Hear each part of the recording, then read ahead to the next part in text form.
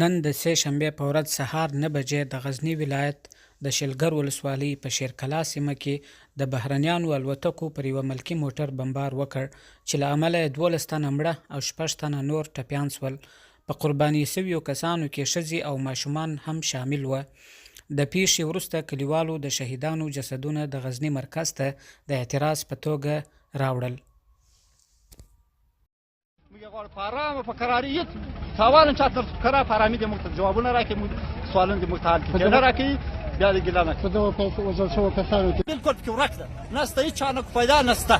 څوري ماشومان دي ټول ماشومان دوه ماشومان دي یو پیدا کړ یو خو بالکل ورکسو نسته یو غوښ چا پیدا کړي نه دی چې پیدا دغه شنی خزه په دای وغوښه کې د بس خلاص یو شزه دغه غوښه دې غوښه کې خزه پته موږ په پیښه تاسو څنګه ولا صبر دي وکړي خو خیر دي کړي د ټول دي په دې کې شاجو کوچنیان او دوه کوچنیان دي پکې او دوه انجینې ورکې دي او مخیزه کوچنی انجینې وي مریضان وي غزني ته راوځي خالي وي تیلا ماته خب څوک خبرې کوي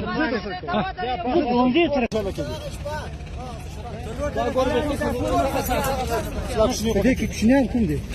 کوچنیان یې مخورک د غوښه ورکړه نه دا غوښه دي دا غوښه دي نه نه ورکړه غوښه نه نشو فکرانه دا عبدالرحمن دي میشن خیلی دا شیدان ټول خون خیلی دوی شهر کلا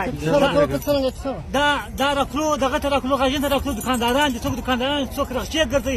څوک چم روانان دي درون تیارې مته ویسه دي موټر باندې وسم ور بلیږي یو دا دغه غوټه کې څنګه غوښه به دا خزه ده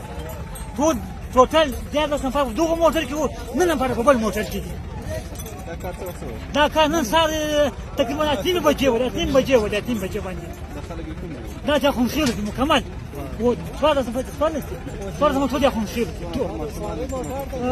یو دا ماشین چې ورک ده یبي بالکل ورک ده یو ماشین ورک ده او نو دا غواړي چې مثلا منطقه موټر ته راځي ټول باندې کارګاه مارګاه اوس باندې لګاول مرغا